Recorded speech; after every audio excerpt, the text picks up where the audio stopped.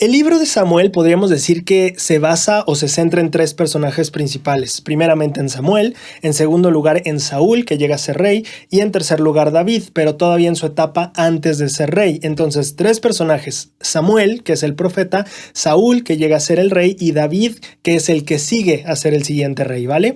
Entonces, básicamente es la historia de ellos tres. En el primer capítulo de Samuel empezamos aprendiendo justamente sobre Samuel. Aprendemos de su mamá Ana y del esposo de Ana llamado Elquena. Aprendemos que ellos están buscando tener un hijo. Ana está afligida, ora para tener un hijo y le promete a Jehová que si le da un hijo, ella lo consagrará para Jehová.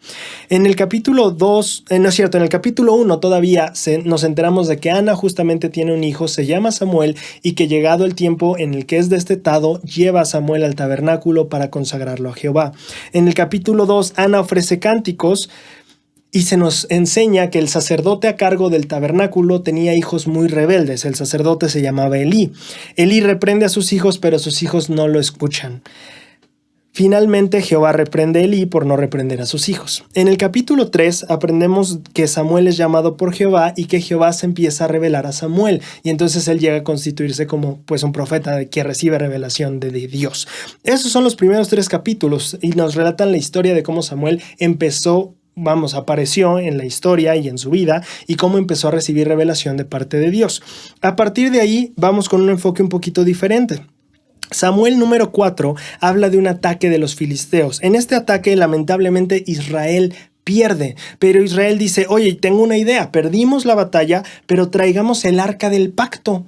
Así nos pasó en Jericó, ¿no? Con el arca del pacto vencimos. Tráiganse el arca. Entonces se traen el arca, vuelven a luchar y sin embargo vuelven a perder. Y no solo vuelven a perder, sino que mueren Ofni y Finés, que son los hijos de Elí, el sacerdote, los que eran rebeldones. Mueren ellos y aparte el arca del pacto cae en manos de los filisteos. Entonces todavía le salió peor su idea. Cuando a Elí le informan de la muerte ni siquiera de la muerte de sus hijos, le informan sobre el arca, que es lo que Elí dice la escritura, que es muy interesante de Elí, ¿no? Dice que se fue para atrás cuando escuchó que sus hijos se murieron. La escritura dice que cuando escuchó lo que le pasó al arca fue cuando Elí se fue para atrás. Entonces es muy interesante ver cómo Elí, si bien tuvo este problema de no corregir a sus hijos, también veía su responsabilidad como sacerdote. Una vez acabando eso, entonces los filisteos se apoderan del arca del pacto. En el capítulo 6 de Samuel, no es cierto, todavía en el capítulo 5, perdón, eso fue el capítulo 4. Entonces se mueren Ofni, Finés y Elí, que eran los sacerdotes de Israel. Se mueren y el arca del pacto se pierde. En el capítulo 5, los filisteos se llevan el arca y la ponen junto a Dagón, que era su dios. Pero al día siguiente, cuando entran a ver el santuario y el lugar y ven cómo están las cosas, resulta que Dagón no está en donde estaba, porque estaba junto al arca del pacto, pero está frente al arca del pacto y está reclinado hacia el arca del pacto. Entonces los filisteos lo levantan y no, tú no vas aquí, tú, y lo vuelven a poner en su lugar, ¿no? Al día siguiente encuentran a Dagón sin cabeza y sin brazos y entonces empiezan a decir: esto ya está raro, ¿no? Los filisteos empiezan a tener también bastantes destrucciones y tumores. La escritura dice que la mano de Jehová vino sobre ellos. Y entonces empiezan a pasar el arca de un lado a otro, de una ciudad filistea a otra. Primero estuvo en Asdod, después pasa a Gat y finalmente el relato termina con Ecrón. En este punto nos informan que, como ya estaba diciendo, que los filisteos tuvieron destrucciones y tumores. Y esto es un punto interesante que me gustaría aclarar. En el Manual de Instituto del Antiguo Testamento, en la página 256, dice: Josefo, que era un historiador judío, Josefo indicó que era una enfermedad muy destructiva que incluía difteria, hemorragias y vómitos violentos. Josefo también mencionó una gran plaga de ratones que acompañó a la enfermedad. La gravedad de la afección y el hecho de que había roedores mezclados en las circunstancias llevó a muchos eruditos a deducir que lo que afligió a los filisteos fue la peste bubónica. La peste bubónica recibe su nombre de los bubones o tumores inflamados que se producen en los ganglios linfáticos. Estos tumores se localizan particularmente en la zona de la ingle. Es un hecho sabido que las ratas y los ratones son los principales portadores de esta enfermedad, pues las pulgas que las transmiten al hombre viven en los roedores, ¿ok? Entonces, la creencia más común en este aspecto es de qué le dio a los filisteos o de qué estamos hablando. Bueno, estamos hablando de peste bubónica, o esta es la creencia principal que hay entre las personas estudiosas de la Biblia. Y finalmente es porque da los síntomas, ¿no? Como los tumores, pero también habla de los roedores, y los roedores tenían estas pulgas o piojos, pulgas, exactamente, pulgas que transmiten esta enfermedad a los hombres. La enfermedad va acompañada de gran sufrimiento y dolor, y las defunciones se elevan a un 70% de los casos que se producen. Es un número elevadísimo de mortandad. Los enfermos mueren en el término de una semana. No es de sorprender que los filisteos se mostraran tan ansiosos por devolver el arca a Israel. Entonces, eso es lo que empieza a pasar entre los filisteos. Hay pestes de ratas, o sea, hay demasiados roedores y también empiezan a tener este tipo de tumores y destrucción. Hay gran mortandad también entre los filisteos. En el capítulo 6, entonces, los sacerdotes y adivinos de los filisteos dicen, ¿sabes qué? Vamos a devolver el arca, pero le vas a devolver también 5 ratones y 5 tumores hechos de oro como ofrenda por la culpa. Entonces así lo hacen los filisteos, ponen el arca en un como carruaje, creo que 2 bueyes son los que llevan el carruaje, y al final llega hasta el pueblo de Israel. Llega un pueblo llamado Bet-Semes. El pueblo se regocija de que tienen el arca del pacto. Lamentablemente ese pueblo osa en mirar el interior del arca del pacto, y entonces también la escritura dice que hay gran mortandad entre ellos. El capítulo 7 de Samuel habla de que después de esta gran mortandad que hubo por mirar dentro del arca en Bet-Semes, el arca se lleva a Kiriat Jearim. También se menciona cómo Samuel amonesta al pueblo contra la idolatría, y todo el pueblo se reúne en Mizpa para escuchar a Samuel orar. Mientras están esperando, o más bien mientras está esta parte de la oración, se alcanza a ver cómo los filisteos están viniendo para atacar a Israel. La gente se desespera, pero Samuel ofrece sacrificio, y la escritura enseña que Jehová pelea junto a Israel, y entonces logran vencer a los filisteos a tal grado que recuperan gran territorio como Ecrón y Gat. Al final, Samuel regresa a su casa y edifica un altar en su casa. Eso es lo que pasa en el capítulo 7. Ahora, en el capítulo 8 aprendemos que a Samuel, por más que era este gran profeta, no significa que todo le salía bien todo el tiempo. Resulta que los hijos de Samuel eran bastante... Pues sí, la palabra es corruptos, porque aceptaban sobornos y cosas así, y entonces el pueblo está muy molesto porque ¿cómo puede ser que los sacerdotes... porque Samuel los puso como sacerdotes, ¿no? Sus hijos, ya cuando él estaba más grande. Y entonces, la gente se queja porque dice, oye, ¿cómo puede ser que los sacerdotes, pues, sean los corruptos, ¿no? Y entonces el pueblo empieza a pedir, oye, quiere un rey. Mejor, en lugar de que los sacerdotes y los jueces nos gobiernen, que nos gobierne un rey como a las demás naciones. Entonces lo que sucede es que Samuel les dice, no creo, le voy a preguntar a Jehová. Jehová le dice, acepta lo que están diciendo, solo hay estos problemas.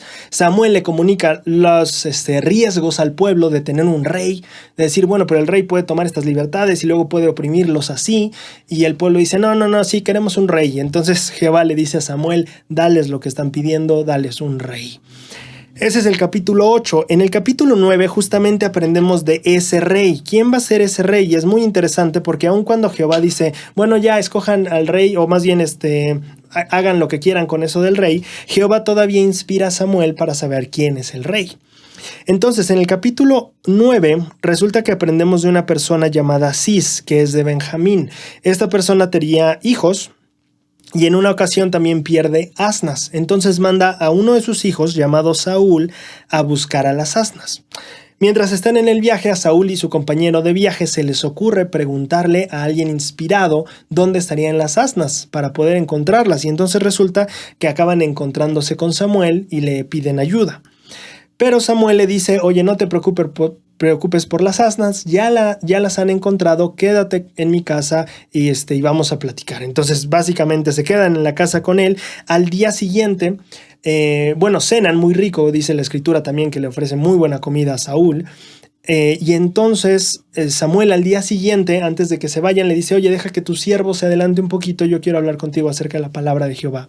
Y ahí acaba el capítulo 9. El capítulo 10 es cuando Samuel ya le explica a Saúl esta parte, tú vas a ser el rey de Israel, Jehová me ha dicho que tú eres el que está escogido para eso, y lo unge. Después le explica algunas cosas que van a acontecer a continuación. Tú irás a este lado, harás tales cosas, y Saúl va y las hace, y menciona que Saúl fue cambiado en su corazón por parte de Jehová. Eso menciona la escritura. Rumbo al final del capítulo 10, Samuel convoca al pueblo en Mizpa, se presenta al nuevo rey y algunos rechazan ese nuevo rey. Pero aquí ya estamos viendo la transición hacia nuestro segundo personaje. Nuestro primer personaje importante en el libro de Samuel es Samuel el profeta, y ahorita está entrando el segundo personaje, que es Saúl, esta persona que su papá le dice, hey, veme a buscar a las asnas, y en el proceso se encuentra Samuel, habla con él, y al día siguiente Samuel lo unge como rey. Ya para terminar este capítulo 10, Samuel convoca a todo el pueblo en Mizpa, presenta al nuevo rey, y Saúl es constituido como rey, aunque hay algunos que no están tan conformes con esa situación, porque, bueno, Samuel era un hombre bastante alto, pero pues era un muchacho también bastante joven, etc. En el capítulo 11 es aquí el momento donde la gente empieza a cambiar de opinión en cuanto a Saúl, porque lo que pasa es que el pueblo de Amón hace un sitio a un lugar llamado Jabes. Y Jabes le dice, oye, no, sabes, no me conquistes, no me mates, voy a ser tu siervo. Pero, no es cierto, les dice, sí, déjame ser tu siervo. Y el rey de Amón les dice, ok, van a ser mis sirvientes, pero se tienen que sacar todos el ojo derecho. Y entonces ellos dicen, caray, espera, déjame, escribo a mis compañeros a ver si alguien quiere venir a defenderme y no tengamos que entrar a esta negociación que no parece tan conveniente.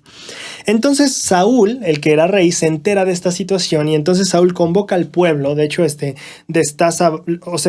molesto por la situación. Entonces destaza o parte en pedazos a 2 bueyes y los envía a todos lados de Israel, y le dice, hey, a quien no venga, así le vamos a hacer a sus bueyes, así que vengan todos. Y entonces dice que todo el pueblo por temor salió y quería justamente la batalla. Entonces vencen al pueblo de Amón, y la gente, ya que ven que vencieron a Amón, dicen, ¿quién dijo que Saúl no iba a ser buen rey? ¿Quién dijo, vamos a matar a aquellos que dudaron de Saúl? Y Saúl les dice, no creo que sea necesario, hoy tuvimos una victoria, no creo que sea necesario matar a alguien que no creía que yo iba a ser buen rey, ¿no? O que iba yo a librar a Israel, porque esa era la promesa que Jehová le había hecho a Samuel, que quien escogiera iba a librar a Israel de los filisteos. Entonces, eso es lo que ocurre, y van a Gilgal a investir a Saúl, ¿no? El capítulo 12 relata Samuel, es una prédica. Básicamente podríamos ver que es como un discurso de Samuel. Samuel empieza diciendo, hey, casi como el rey Benjamín, como he trabajado junto a ustedes todos mis días, no me he aprovechado de mi posición, he sido bueno con ustedes. Entonces, así como el rey Benjamín en el libro de Mormón, Samuel tiene como este tipo de discurso en el que dice, si a alguien he tratado mal, si a alguien lo he extorsionado, si a alguien lo he tratado con injusticia o me he aprovechado de él, que me lo diga ahora, y nadie dice nada. Relata la historia del pueblo. También ahí es un súper resumen desde la salida de Egipto hasta el momento presente que Samuel estaba viviendo, y los exhorta a que incluso en este momento, porque lo que pasa es que Samuel les dice que han hecho un gran mal al pedir un rey. Entonces Samuel ora y empiezan a caer truenos, y la gente está pues asustada y piden perdón a Samuel, y Samuel acaba diciéndoles, mira, sí hiciste mal al pedir un rey, pero ya que lo pediste, mantente con Jehová. Solo asegúrate de no dejar de buscar a Jehová, que es una increíble lección acerca de los errores. Mira, el error ya lo cometiste, tú asegúrate que de aquí en adelante te centres en Jehová. Es lo que les dice Samuel. En el capítulo 13, los filisteos vuelven a atacar. Sin embargo, aquí viene la parte donde vemos la decaída de Saúl, porque ya vimos que Samuel se volvió el profeta, y más bien venía Elí y sus hijos de ser los sacerdotes, pero ya estaban corruptos sus hijos, entonces mueren, y Samuel surge como el profeta y el líder espiritual de Israel. Y entonces Israel pide, los hijos de Samuel se portan mal, y entonces la gente pide un rey, y entonces surge Saúl, y este era como el rey prometido de Israel, que iba a librar de los filisteos, que su reinado iba a ser grande, pero resulta que comete algunos errores que le evitan lograr eso. Y aquí es el capítulo donde empezamos a ver la caída de Saúl.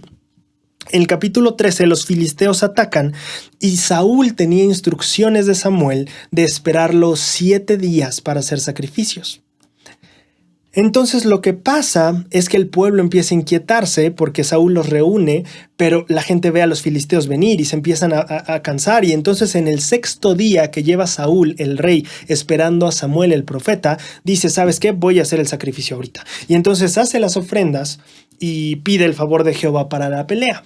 Cuando llega Samuel y habla con Saúl, le dice que, pues, ¿qué has hecho? Y Saúl le explica, bueno, es que los filisteos ya venían y yo no iba a entrar a la guerra sin haber pedido el favor de Jehová, es lo que dice la escritura. Y Samuel le dice, sí, pero desobedeciste lo que Jehová había instruido. Y entonces es muy interesante analizar esa escritura porque es esta contraposición entre, oye, pero me estaba encomendando a Jehová, ¿no? ¿Eso está bien? Sí, pero traspasaste otras cosas que Jehová también había pedido, entonces no estuvo del todo bien. Y entonces Saúl ahí empieza, Samuel le dice al rey Saúl que su reinado ya no va a ser tan próspero y que Jehová va a poner a otro que va a ser mejor en su lugar. Entonces definitivamente algo que debió de haberle dolido a Saúl, pero eso es lo que termina siendo. Ahora, la guerra todavía estaba ahí, los filisteos todavía estaban viniendo y el pueblo de Israel se enfrentaba a un segundo problema. No solo eran los filisteos, sino que a pesar de todo, el pueblo de Israel, para explicarte el contexto, el pueblo de Israel vivía bajo yugo, o varias naciones vivían bajo yugo filisteo. Esto quiere decir que no era como los filisteos no los habían matado, pero los filisteos gobernaban sobre esos territorios, ¿sabes? Entonces, una de las leyes que los filisteos habían puesto es que nadie podía tener cuchillos ni armas. Es una ley muy astuta, ¿verdad? Si quieres evitar revueltas y revoluciones. Entonces, lo que los filisteos hacen es que si tú quieres un cuchillo o lo que sea, aquí lo vienes y aquí te lo afilamos, pero tú no puedes afilar, tú no puedes construir armas, tú dependes de nosotros para poder tener armas y herramientas.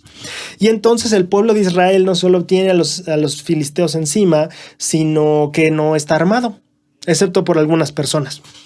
Pero en su mayoría no es como que todo el pueblo pueda sacar armas, ¿sabes? Entonces, el capítulo 14 empieza hablándonos que en medio de este conflicto, el hijo de Saúl, el hijo del rey, llamado, no sé aquí cómo se pronuncia, Jonatán o Jonatán, le vamos a decir Jonatán, a ver si no hay comentarios de cómo me equivoqué durante todo el video. Pero bueno, entonces Jonatán decide, sin avisarle a su papá, Jonatán, suena mejor, ya no sé. Bueno, Jonatán decide atacar a los filisteos sin que su papá lo sepa. Entonces toma a cierta gente y se va como a rodear, a buscar un lugar ahí de cómo puede hacerlo para atacar a los filisteos. Y finalmente vence a las personas que empieza a atacar y empieza a haber gran mortandad entre los filisteos por causa del hijo del rey Saúl. Ahora, empieza a hacerse un alboroto entre la gente, el pueblo empieza a alborotarse, los filisteos, el pueblo de Israel, como que empieza a haber un alboroto y no todos saben por qué, pero empieza a haber alboroto. Entonces Israel cobra ánimo y dicen vamos a vencer a los filisteos. Y aparte de esto, cuando la gente empieza a ver que los filisteos están cediendo, hay gente, justamente acuérdate, de las personas que vivían bajo régimen filisteo, pero que eran hebreas. Entonces esta gente que vivía bajo el yugo filisteo, que no tenía armas y que por ende pues no estaba muy metido en la lucha, este pueblo decide rebelarse y como ponerse en contra de los filisteos, ¿no? Entonces la gente que estaba como del lado de los filisteos, pero que eran hebreos, se voltean contra los filisteos. Entonces tenemos a Israel que venía pues armado, a las personas que eran de los filisteos pero que eran hebreos y se estaban rebelando, y aparte la escritura menciona que el ánimo era tal que la gente de Efraín también se une a la pelea y entonces entre todos echan para atrás a los filisteos y logran vencer. Ahora, hay un pequeño problema debido a que ese día resulta que Saúl había proclamado y hecho al pueblo jurar que nadie comería ningún alimento antes de cierto momento del día. El problema es que Jonatán se había ido y no escuchó y no sabía de ese juramento que su padre había hecho, había pedido que el pueblo hiciera. Entonces lo que sucede es que en una de estas conquistas y en eso que entran a cierto lugar, Jonatán encuentra miel y toma esa miel y se la come, y la gente le dice, oye, no, tu papá dijo esto o aquello, y él dice, bueno, pues ya, ¿qué aprovecha si no podemos quedarnos con el botín, ¿no? Y entonces la gente empieza a agarrar de lo que recuperan, de lo que estaban dejando o quitándole a los filisteos en cuanto a animales. Y lo que pasa también es que empiezan a comer animales con sangre en ese momento. Tú sabes que la ley judía, o por lo menos eso es lo que nos dicen las escrituras, ¿no? Que no se debía comer la sangre de los animales. Entonces se empieza a hacer un pequeño relajo por ahí y Saúl manda a llamar a su hijo y pues al final se sabe que el hijo comió antes de que se acabara el tiempo que su padre había determinado y el padre había dictado una maldición para quien comiera antes de la hora, ¿no? Entonces se determina que Jonatán debe morir. Y entonces Saúl dice, bueno, pues Jonatán debe morir. Jonatán dice, bueno, pues está bien. Pero el pueblo dice, wow, él acaba de ser el instrumento de Dios para terminar con los filisteos. Él fue el que se aventó, rodeó, no sé por dónde se fue y salió y empezó a matar filisteos y entonces todos cobramos ánimo y ganamos. Él fue el instrumento de Dios hoy. Él obró con Dios hoy. Creo que son las palabras exactas de la escritura. Y entonces Saúl dice, bueno, pues ya no lo matamos. Entonces, casual, ¿no? Pero bueno, el punto es que ya no lo matan y el pueblo salva a Jonatán. El rey Saúl hace la guerra contra Moab, Amón, Edom, Sobá y contra los filisteos.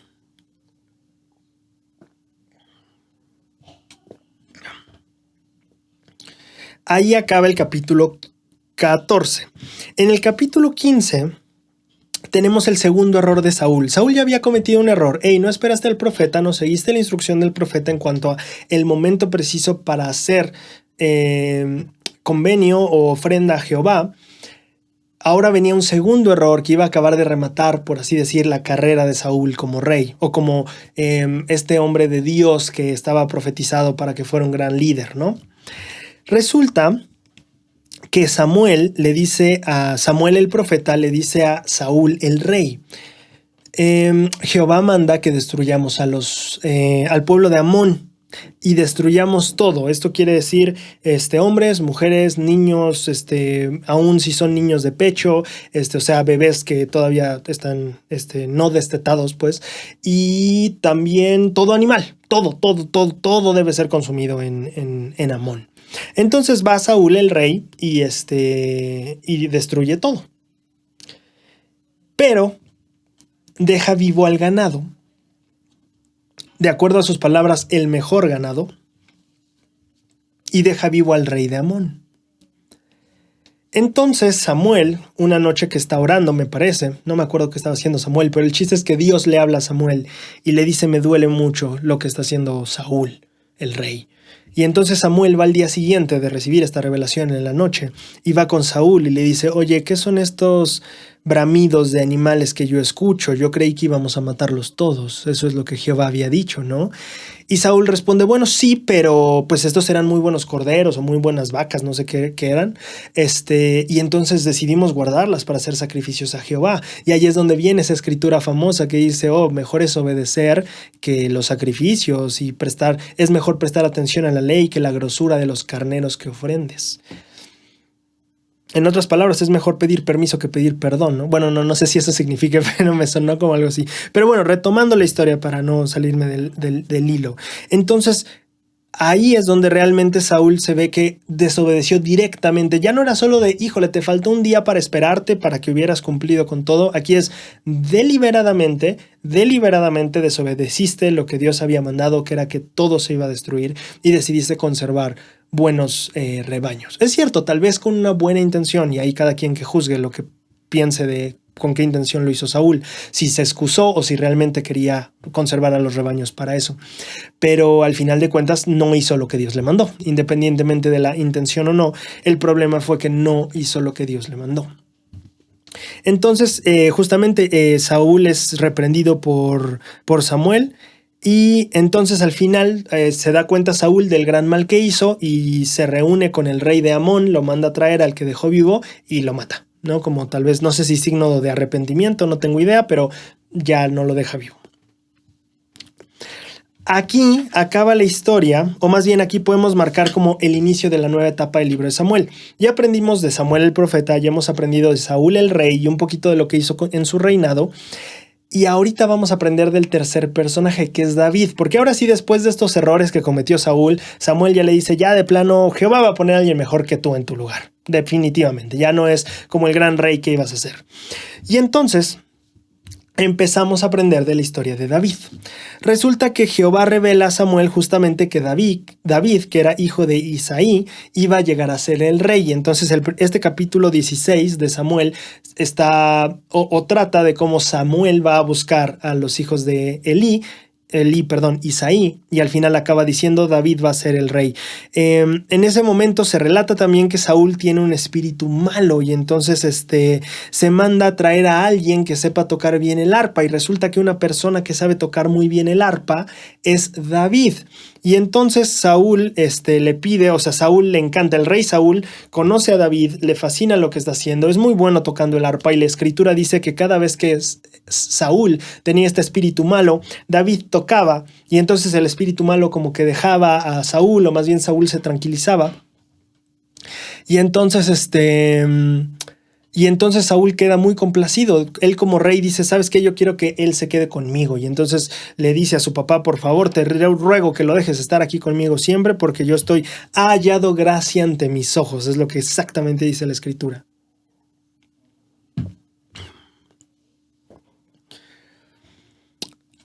En el capítulo 17 tenemos la historia famosa de David y Goliat. Resulta que los filisteos atacan otra vez el reino de Israel, y entonces viene esta persona llamada Goliat, que es de un lugar llamado Gat, y esto es importante en la historia.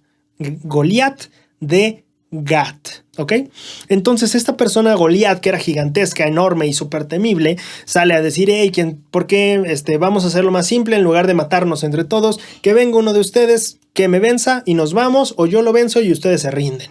Entonces más sencillo. Y dice la escritura que estuvo 40 días diciendo eso.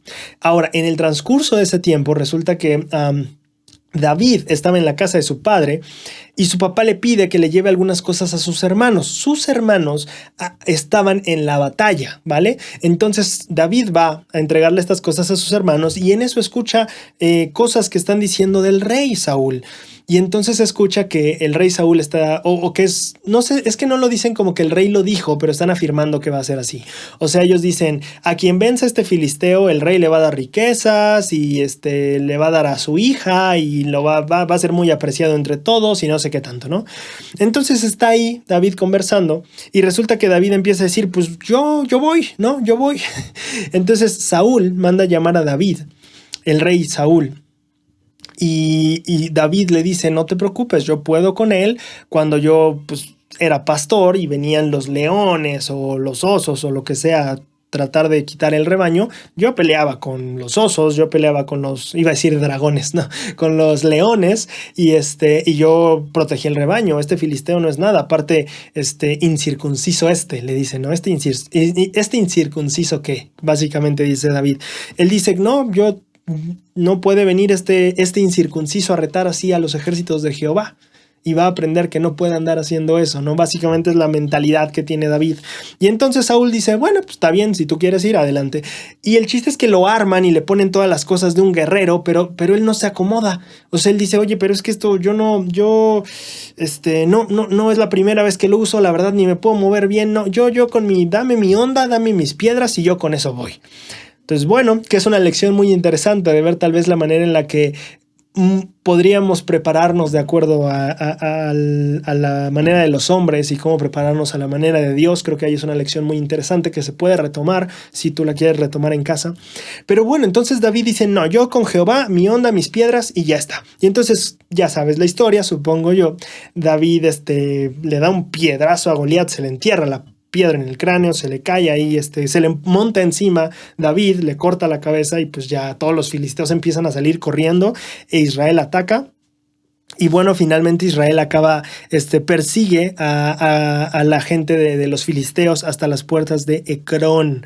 Y entonces aquí viene algo interesante que es un poco raro en la historia bíblica, rompe un poco la cronología, porque el final del capítulo relata cómo Saúl se siente intrigado por David y dice, ¿quién es él? Tráiganmelo para acá. Y entonces al final dice, ¿quién es tu papá? Y él le dice, bueno, mi papá es Isaí, de la tribu de, ay, no me acuerdo, de Benjamín ¿era? Ya se me olvidó. Sí, ya se me olvidó de dónde es y no encuentro dónde está. Ah, aquí está. No, no dice dónde es. Perdón. Pero bueno, según yo era de Judá. Pero bueno, sí, David es de Judá, claro. Gracias, quien lo pensó en este momento.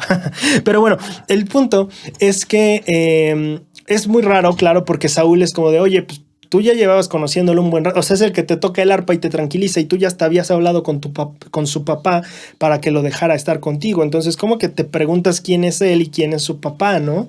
Entonces, pues yo pienso que puede haber varias explicaciones. La primera es que justamente la historia no se recordaba muy bien cuando se registró y se escribieron como esas dos versiones en las que Saúl conoció a David. Pero por otro lado, igual y es de lo mismo que leemos sobre el mal espíritu de Saúl. Tal vez ese mal espíritu era más bien un problema mental que justamente dañaba también igual y hasta su memoria, yo qué sé, la verdad. Pero bueno, por especulaciones podemos estar aquí todo el día, así que vamos a pasar lo que sigue. El chiste es que al final de ese capítulo, Saúl dice, ¿tú quién eres? ¿Quién es tu papá? Está muy padre, te puedes quedar acá con nosotros, etcétera. El capítulo 18 menciona cómo David y el hijo de Saúl, el hijo del rey, se vuelven muy buenos amigos. Dice que se amaban, o más bien dice que Jonatán amaba a David y hacen un convenio porque se amaban. Es lo que dice la escritura. Saúl pone a David sobre sus ejércitos, pero, o sea, David acaba de vencer a Goliat, no, pues hazlo líder de los ejércitos, motiva a todos. Pero resulta que la gente, cuando llega al ejército pasar o lo que sea, Saúl escucha, el rey escucha que la gente grita, Saúl vence a 1000, David vence a 10,000. Básicamente, pues David es más poderoso que el mismo rey. Y eso al rey, pues como que ya no le gustó. Y entonces ahí es donde empieza esa batalla de celos, porque lo que vamos a ver de aquí en adelante es cómo Saúl trata de matar a David. Todo el resto del libro de Samuel vamos a ver cómo Saúl trata de matar a David. Y entonces se llena de celos. No le gusta que el pueblo vea que David es más fuerte o más lo que sea que Saúl, ¿no? Entonces se muere ahí de celos y se lo comen los celos porque lo llevan a hacer cosas cada vez peores. Y esto es muy interesante la historia estudiándola desde este ángulo, porque podemos ver cómo la envidia nos puede llevar de mal en peor. Entonces aquí Saúl ya estaba en un punto en el que ya le habían dicho que su reinado no iba a durar y que iba a haber alguien mejor después que él, pero pues por lo menos te esfuerzas para hacer lo mejor que puedas hoy, ¿no? Y al contrario, Saúl parece que empieza a tomar peores y peores decisiones y vamos a ver justamente eso ahorita. Entonces empieza a tener celos de David. Entonces lo que hace... el primer intento de homicidio, por así decirlo, el primer intento de quitarle la vida a David es cuando Saúl tiene este mal espíritu, como dice la escritura, y entonces David está tocándole el arpa bien bonito y Saúl se enoja y le avienta una lanza y David la esquiva y le vuelve a aventar otra lanza y David la vuelve a esquivar. Y entonces está pensando en cómo quitárselo de cerca de él, ya no lo quiere cerca, lo manda a ser líder de 1000, o sea, lo manda como lo hace jefe de millar, ¿no? Ya no es jefe de tal vez todos los ejércitos, ahora es jefe de 1 millar, ya no estás cerca de mí, ya estás lejos. Pero todavía quiere idear un plan para que lo maten. Y la manera en la que él piensa es que se case con una de sus hijas. Y casi se casa con una de ellas, pero luego no, porque David decía, yo soy hombre sin dinero, soy hombre sin estima de la gente, ¿qué voy a andar yo siendo el yerno? Sí, el yerno del rey. No, ¿cómo voy a desposar a una de sus hijas? Pero el chiste es que Saúl convence a muchos de sus criados, a mucha de su gente, el rey convence de que le digan a David, él no quiere que tú le des la dote. Recuerda que la dote era como este pago o esta bonificación que se hacía monetariamente por la mujer cuando se le daba, etcétera, no importa. El punto es que el rey Saúl dice, no, yo no quiero que me dé dote, yo no quiero capital, dinero, mejor que me traiga, es que así dice la escritura, mejor que me traiga el prepucio de 10,000 filisteos, creo que dice, o 1,000 filisteos, no me acuerdo del dato. Creo que eran 10,000. Y entonces, pues David dice, eso sí se lo puedo traer. Y entonces David va y mata, de hecho, al doble de filisteos, pero pues le manda la cantidad que pidió de, pues, prepucios al rey, ¿no? Pero la estrategia de Saúl falla ahí, porque lo que Saúl quería es que David se fuera a una batalla encarnizada y se muriera, pero no le salió el plan. Entonces, pues al final dijo, bueno, ya está bien, cásate con mi hija, no te moriste en el proceso, ni modo.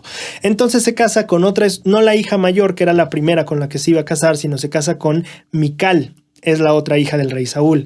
En el capítulo 19, Saúl quiere matar a David, pero resulta que Jonathan, el hijo del rey Saúl, y el amigo, el súper amigo de David, le dice, oye papá, pero ¿por qué lo quieres matar? Él no ha hecho nada contra ti, que etcétera, etcétera. Y entonces el papá dice, te doy mi palabra, vive Jehová, que no morirá, no lo mataré, no le pasará nada. Y entonces David vuelve como a la casa del rey, el rey ya es su suegro, y entonces ya vuelve a tener contacto con él después de que Jonathan, o el hijo de Saúl, logró que el rey dijera esa promesa. Y los filisteos atacan, David los hace huir, pelea con ellos, los filisteos salen corriendo y dice otra vez la escritura que el espíritu malo entra en Saúl y le avienta una lanza y David huye. Y aquí viene este punto donde el rey quiere ya matar a David, ya en serio, ya manda casi a hacer una cacería por él. Y la esposa de David, que es la hija del rey, le dice a David, oye David, mi papá pues te anda buscando y no quiero que te pase nada malo, así que tienes que salir de aquí. Entonces lo hace salir por la ventana y mientras tanto por el frente ella dice, no, es que David está muy enfermo, ahorita no puede ir a ver al rey como el rey lo solicita, entonces denle unos días. Pero esa solo era la excusa para darle tiempo a David para huir. Entonces cuando se da cuenta el rey pues se enoja mucho con su hija diciendo, oye, ¿por qué conspiras contra mí? Etcétera, etcétera. Pero bueno, lo hecho estaba y David ya había escapado. Aquí está. Ok, y entonces David huye. ¿Y a quién crees que huye? ¿O a quién va a ver? David va a ver a Samuel, el profeta. Y entonces está con un grupo de profetas. Y es muy interesante porque están varios ahí profetizando. Y la escritura enseña que Saúl envió unos mensajeros a buscar a David. Pero esos mensajeros, que no sé si era a buscar o a matar, pero esos mensajeros que iban por David, se encuentran a los profetas y acaban profetizando ellos también. Entonces Saúl manda un segundo grupo de mensajeros y este segundo grupo de mensajeros también se queda profetizando con los profetas y manda un tercer grupo de mensajeros y se quedan predicando con los profetas. Y es interesante si nosotros pensamos que la palabra profetizar, como lo dice la guía de estudio de las escrituras, tiene que ver con hablar por la inspiración del Espíritu o hablar lo que Dios desea que hablemos. Entonces es muy interesante ver que estas personas llegan con los profetas que estaban hablando o predicando la voluntad de Dios y ellos acaban predicando la voluntad de Dios. Entonces podríamos decir por ahí que o se convirtieron o algo pasó ahí curioso, ¿no? Pero bueno, entonces Saúl, el rey, dice, bueno, lo voy a hacer yo mismo entonces. Y acaba predicando también, pero sí saca el dato de dónde está David y entonces va y lo busca. Eso es el capítulo 19. El capítulo 20, David está buscando a Jonatán otra vez, el hijo del rey, para buscar ayuda. Y hacen un pacto, ¿no? Hacen un pacto de que él le va a ayudar. Dice Jonatán, no te preocupes, yo voy a hablar con mi papá otra vez, voy a saber qué pasa y a ver qué me dice. Y lo que David le dijo a Jonatán es, oye, cuando tu padre me saque al tema, porque no voy a estar en la cena del año, o sea, cada año hacían como una cena, y dice, no voy a estar esta vez en la cena, cuando tu papá pregunte por mí, tú dile que me fui a Belén. Tú dile que me fui con mis parientes, que tenía que ver a mi familia. Y entonces, cuando pasa este momento en la cena, en el que está el hijo, Jonatán, y el papá y rey Saúl, Jonatán defiende en cierta manera a David y el rey se enoja y le avienta una lanza. Y Jonatán se para de la mesa sin acabar su cena. Pues claro, si tu papá te intenta quitar la vida, yo creo que sí te vas muy enojado a tu cuarto. Y es lo que pasa. Entonces se retira sin acabar la cena, dice la escritura. Y pues Jonatán entiende muy claramente que pues ya la intención de su papá de plano ya es matar a David. Está muy enojado con él, ¿no? Entonces Jonatán le dice, sí, ya definitivamente ya no hay que hacerle, ya no hay manera. David huye y ahí se separan ellos dos. Así es como termina el capítulo 20. En el capítulo 21, David, justamente huyendo, llega a un lugar llamado Nob, donde encuentra a un sacerdote llamado Ahimelech y le pide de comer. Y Ahimelech le dice, no hay pan, solamente el pan de la preposición, pues te lo doy si quieres. Y él dice, no tengo nada, y agarra el pan de la proposición, perdón. Preposición es una cosa gramatical. Toma el pan de la proposición y también le dice, oye, no, por la prisa que traigo del rey, porque me pidió algo el rey, por eso vengo solo, de la prisa que traigo no me traje espada, ¿no tienes una? Y él dice, pues la espada de Goliat, ¿la quieres? Y David dice, sí, dámela. Y entonces acaba con la espada de Goliat, ¿no? Muy parecido a Nefi acabando con la espada de Labán. Pero bueno, entonces pasa eso. David recibe esta ayuda de estas personas y sí les llega a decir algo que no era cierto, porque lo cierto es que lo estaba persiguiendo el rey y ellos dicen, oye, ¿por qué andas solo aquí? Y el rey dice, no, el rey me envió y llevo mucha prisa, tienes comida, tienes espada, pues vámonos. Y al final David va a Gat. ¿Te acuerdas de dónde era Goliat? Era de Gat. Bueno, David acaba yendo a Gat, pero justamente como la gente piensa que lo va a reconocer, David se hace pasar por loco. Dice que finge locura, babea, repite cosas sin sentido, etc. Y entonces el rey de Gat, llamado Aquís, dice, no necesitamos más locos aquí, sácalo. Y entonces en el capítulo 22, David se refugia en una cueva llamada Adulam. Y en este lugar la gente empieza a seguirlo, gente que estaba afligida, gente que tenía deudas, dice la escritura, empieza a juntarse con David. Y David empieza a tener como este grupo de personas, que dice que eran 400 hombres, la escritura. Y David empieza a tener este grupo de personas que lo siguen y empiezan a estar con ellos. David, para proteger a sus papás de esta persecución del rey, manda a sus papás a vivir a Moab y los deja ahí. Ahora viene un pequeño problemita y algo bastante feo, y aquí es donde viene otro de los grandes problemas de Saúl. Resulta que cuando David pide pan y la espada y los sacerdotes o el sacerdote le ayuda, resulta que en ese lugar había una persona llamada Doeg, y Doeg era el principal de los pastores del rey Saúl, era de los más importantes siervos y leales al rey Saúl. Entonces Doeg le cuenta al rey Saúl, oye, ¿qué crees a quién vi el otro día? A David. Recordemos, Saúl quiere matar a David, solo que no lo encuentra. Y entonces lo delata y dice, yo lo vi en este lugar, en Nob, y vi que estos sacerdotes a Ahimelech le ayudaron. Y entonces Saúl manda a traer a ese sacerdote. Y le dice, oye, ¿qué pasó con esto? Y él dice, no, pues yo no sabía nada, etcétera, etcétera. Pero Saúl dice, mátenlos. Y la gente, sus guardias o no sé qué serán, no los quiere matar. Entonces dicen, ¿cómo vamos a matar a los sacerdotes, Saúl? Ya estás como llegando a un punto en el que ya corta eso, ya no conviene, ni siquiera es bueno. Pero entonces Saúl dice, bueno, no los van a matar ustedes, entonces ¿sabes qué? Mando a Doeg, justamente mi siervo fiel que quemó o me informó sobre David. Y entonces Doeg mata a 85 sacerdotes. Y también hiere a Nob, la ciudad de sacerdotes. Y la escritura dice que mata mujeres, niños, de todo. Y ese es uno de los grandes errores que también el rey Saúl comete.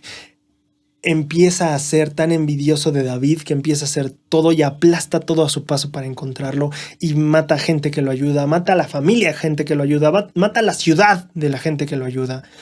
Y ahí es donde ya definitivamente vemos al rey muy deteriorado. Ya no es el mismo Saúl que decía necesito el favor de Jehová. Bueno, en cierto sentido sigue buscando la ayuda de Jehová de una u otra manera, pero ya ese acceso al poder y esa rectitud que tenía ya no se ve, ¿vale? Bueno, entonces matan a todas estas personas, a estos sacerdotes, pero el hijo de este sacerdote que había ayudado a David, llamado Ahimelech, uno de sus hijos sobrevive, y su nombre es, se me perdió aquí está, Adulam. No es cierto, Adulam era el lugar. No puede ser, aquí está. Abiatar. Entonces Abiatar, hijo de Ahimelech, que era quien había ayudado a David con la espada y el pan, sobrevive y entonces escapa y va con David. En el capítulo 23 los filisteos atacan un lugar llamado Keila. Y David va a pelear, a cuidar a Keila, pero la gente que está con él, los 400 hombres, pues no son guerreros, son gente que le da miedito la vida. Y entonces David los convence y van y rescatan a Keila.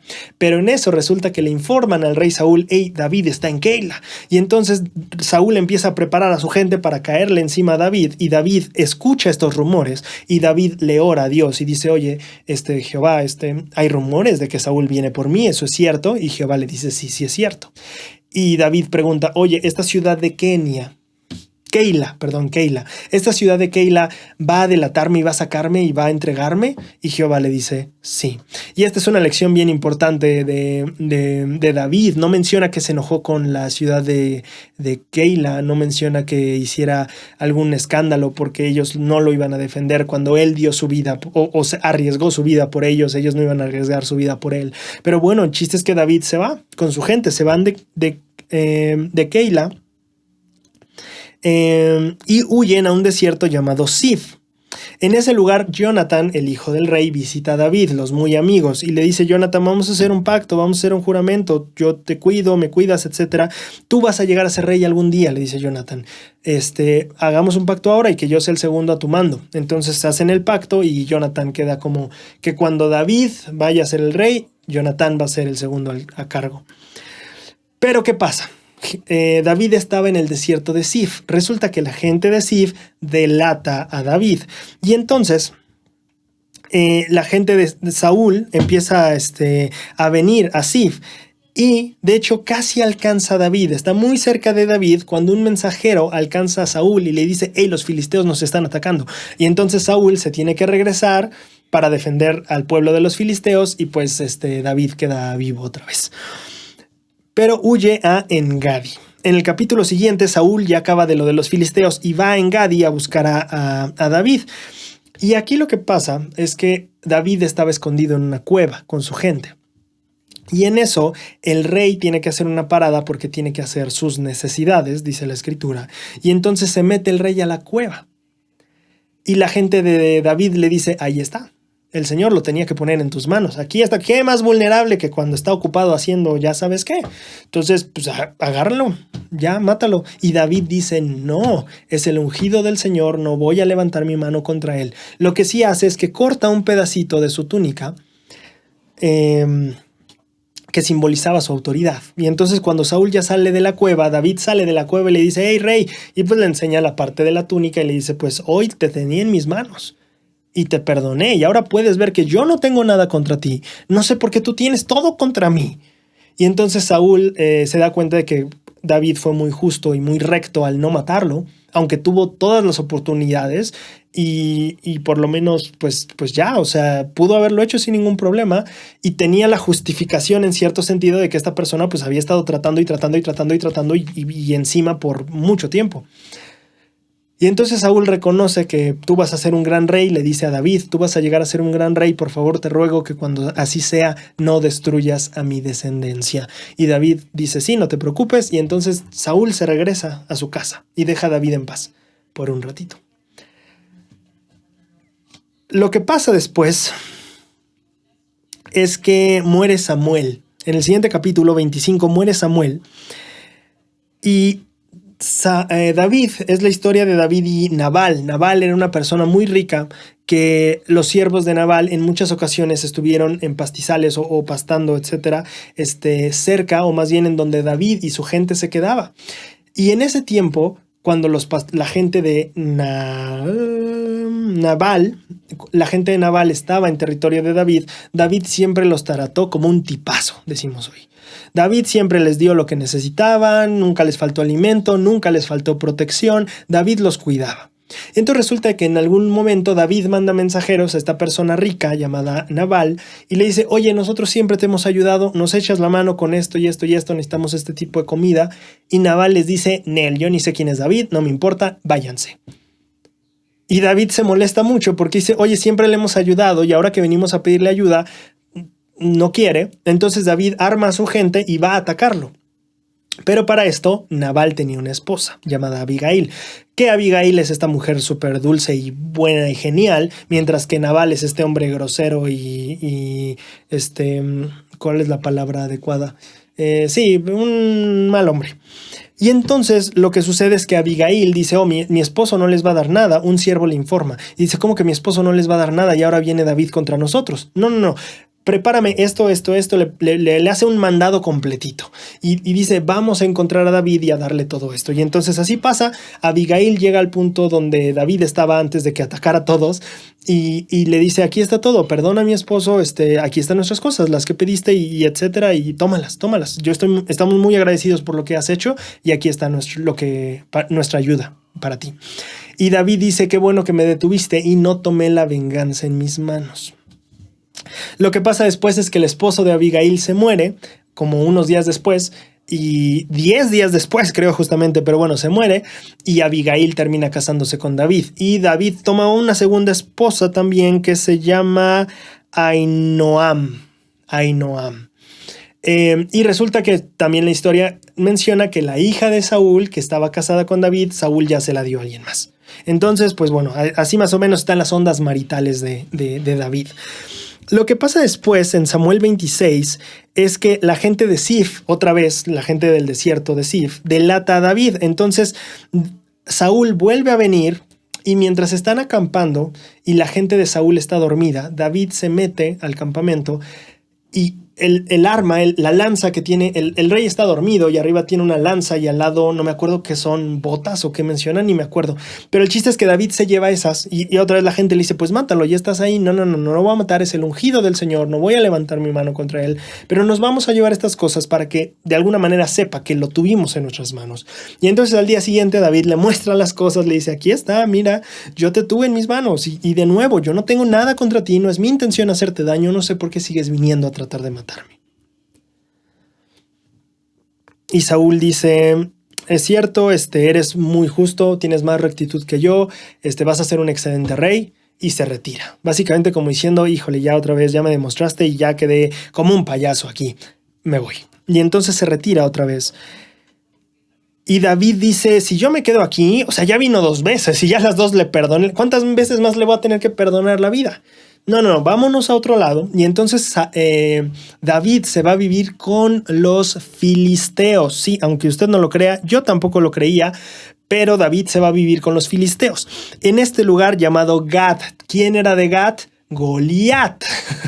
Entonces David se va a vivir a Gat, donde antes se había hecho loco. Iba justamente con este mismo rey, creo que no apunté su nombre aquí. ¿Dónde está el nombre de...? Ni modo, no lo encuentro. Pero bueno, se va a vivir a Gat.